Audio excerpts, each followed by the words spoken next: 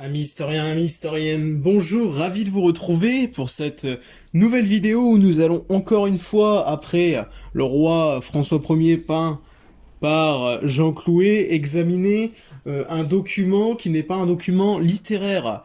Je ne sais pas quand est-ce que vous verrez cette vidéo, j'enregistre pendant mes vacances du mois de mars, mais je programme les vidéos pour plus tard afin d'avoir un maximum de contenu. Aujourd'hui, nous allons parler du Gendarme de Saint-Tropez, le premier film de la saga culte de Louis de Funès, de Michel Galabru et autres. Ce film réalisé par Jean Giraud a été tourné en 2 mois, en juin et en juillet 1964, année de sortie du film. Euh, le film a été tourné donc à Saint-Tropez, avec des scènes dans la commune du Belvédère, pour les scènes où Louis de Funès n'est encore qu'un simple gendarme. Il y a aussi des scènes qui ont été tournées dans un studio à Nice pour ce qui est des scènes intérieures et des séquences avec des cascadeurs, ça va de soi, pour ce qui est des scènes automobiles avec des cascades plus ou moins difficiles, si on peut dire ça. Le scénario a été écrit par 3 personnes en majorité, avec la participation de Louis de Funès. Donc il s'agit de Jean Giraud, il s'agit de Richard Balducci ou de Jacques Wilfried. Pour ce qui est de la musique, c'est l'été, donc les musiciens, les compositeurs sont en vacances, ne sont pas disponibles. Donc finalement, il y a Jean Giraud qui va contacter Paul Muria et Raymond Lefebvre, et c'est ce dernier qui va accepter de faire la musique par amitié, si on peut dire ça, pour le réalisateur. Pour ce qui est du scénario, j'en ai parlé, mais évoquons-le. Il s'agit de Ludovic Cruchot, incarné par Louis de Funès, qui est un gendarme, un bon gendarme, qui met l'ordre dans sa petite commune des Alpes, des Hautes-Alpes. Il est sans pitié, on le voit dans le début du film, où même sa fille, qui est incarnée par Geneviève Grade, va lui dire qu'il abuse, que la cellule est pleine, etc. Mais ça va finir par payer, puisque notre ami, ou non, Cruchot, donc le gendarme finalement, va se retrouver muté dans le Var, dans la ville de Saint-Tropez, où eh bien la situation n'est pas au beau fixe, puisque Merlot, incarné par Christian Marin, Fougas, incarné par Jean Lefebvre, Tricard, incarné par Guy Grosso, et Berlico, incarné par Michel Modo, cela coule douce, et ne sont pas des gendarmes rigoureux. Et il y a du coup Louis de Funès, donc Cruchot, qui va devoir coopérer avec notre adjudant Gerbert, incarné par Galabru, pour remettre les points sur les i, les barres sur les t, pour gérer l'arrivée des vacanciers. En voyant ce film, nous pouvons nous poser une question très simple. Donc, ce film réalisé pour la Société Nouvelle de Cinématographie. En voyant ce film, nous pouvons nous poser une question assez généraliste. En quoi ce film résume-t-il son époque? Une jeunesse qui a encore du respect, le gendarme que l'on pourrait comparer à Charles de Gaulle, avec un contexte sociétal et culturel bien propre, et des seconds rôles qui vont commencer à émerger. Commençons tout d'abord par une première partie sur un film qui représente une France nouvelle. Dans une première sous-partie, évoquons le fait que il y a une France rurale qui se meurt, qui meurt même. Nous le constatons par un effet visuel. C'est le film, l'introduction, si on peut appeler ça comme ça, où notre ami, notre gendarme, Cruchot, est encore simple gendarme. Il exerce en noir et blanc. euh, il n'y a pas de couleur.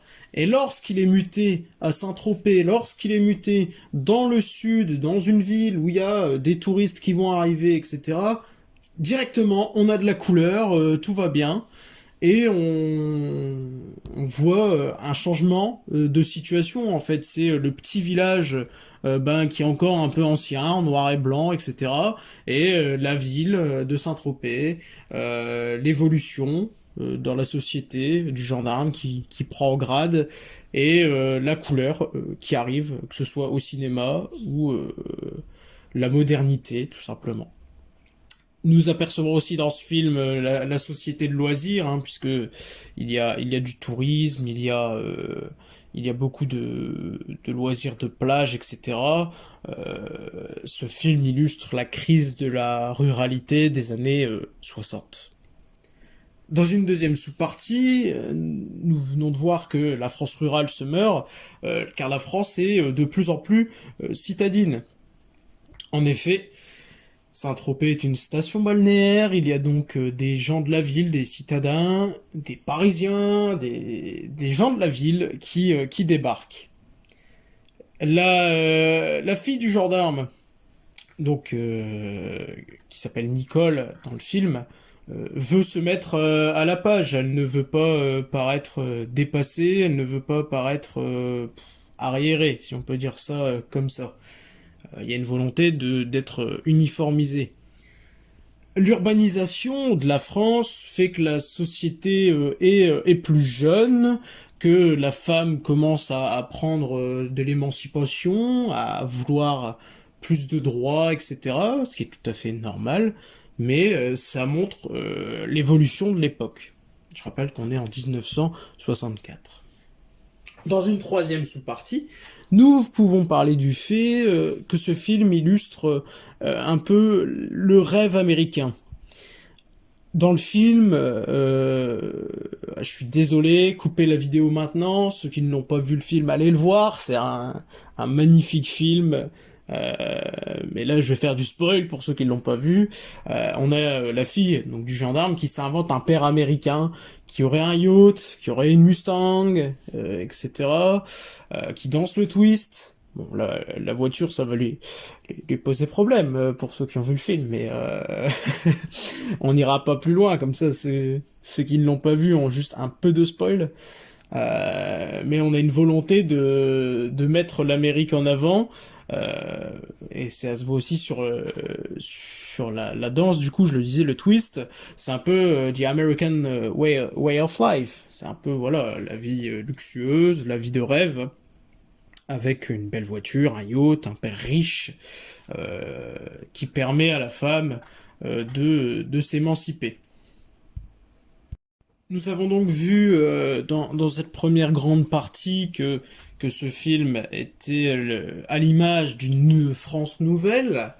Voyons dans un second temps la société des loisirs. J'en avais parlé quelque peu dans une sous-partie de Montgrantin. Dans une première sous-partie, parlons des nouvelles pratiques culturelles. C'est le temps des yéyés, c'est la diffusion de la musique en 45 tours, le développement de la télévision dans beaucoup de foyers. Les statistiques parlent d'elles-mêmes. En 1960, 9% des foyers ont une télévision. En 1970, 80% des foyers ont une télévision. Donc c'est une très large diffusion de la télé. C'est aussi le temps des nouvelles vedettes, avec un physique avenant, on peut penser à Brigitte Bardot, par exemple. C'est aussi un film qui va aider Louis de Funès à se développer. J'ai parlé aussi des seconds couteaux, c'est-à-dire des gendarmes qui jouent... les gendarmes, mais qui ne sont pas Galabru ni Louis de Funès, ce qui va développer un petit peu leur carrière. Il y a aussi la bande du film avec le Do You Saint-Tropez. Enfin, excusez-moi, je suis pas très bon, mais c'est ça qui est à noter dans ce film. Dans une deuxième sous-partie, parlons du fait qu'il y a un air de vacances dans ce film. Un air de vacances, certes, donc il faut faire attention, il faut de l'ordre avec les gendarmes, qui lutte contre, encore une fois, attention au spoil, ceux qui n'ont pas vu le film, contre les naturistes. Bah oui, c'est un fléau sur les plages, plein de naturistes, et on va devoir user de stratagèmes pour les arrêter dans leurs méfaits. Ce sont des faits qui sont avérés à l'époque, il faut le savoir. Il y a dans la presse des traces de cela.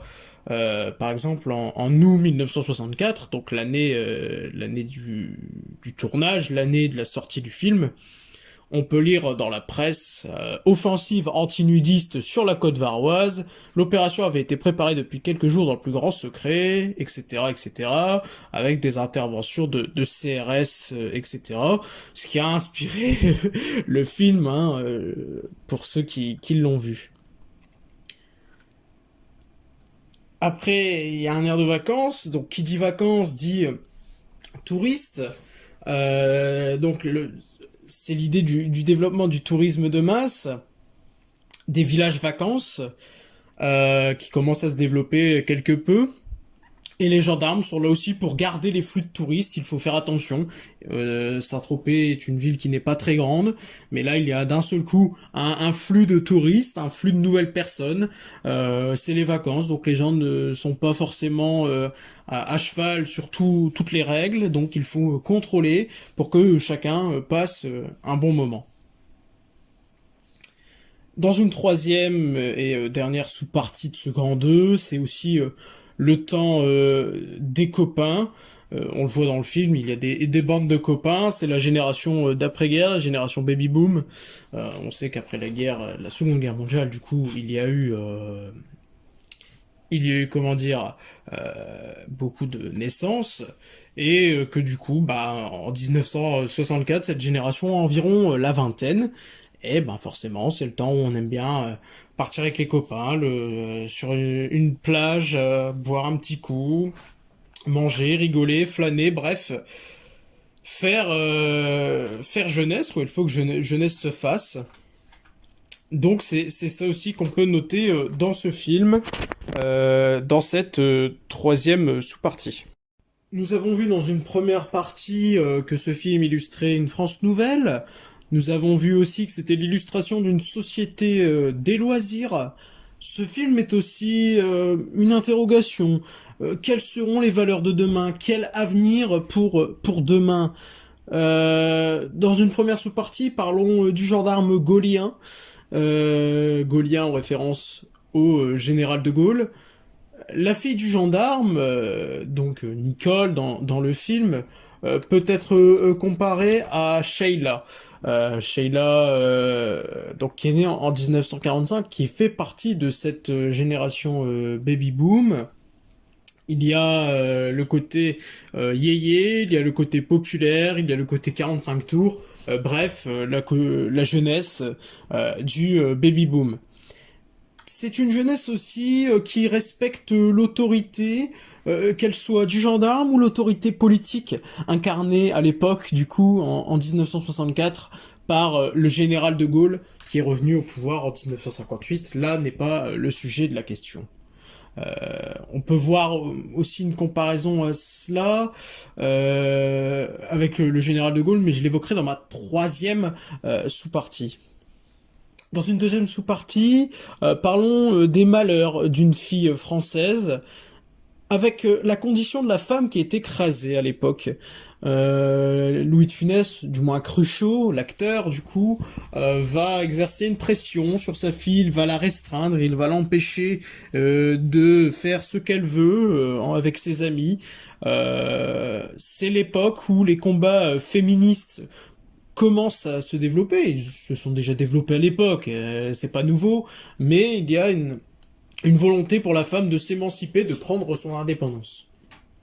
Dans une troisième sous-partie, ce film, c'est aussi le retour vers un ordre définitif. On le voit avec la marche du gendarme, tout rentre dans l'ordre, les naturistes, les nudistes sont loin, ils sont matés, et il n'y a pas l'idée que l'année 1968 et son mois de mai arrivent.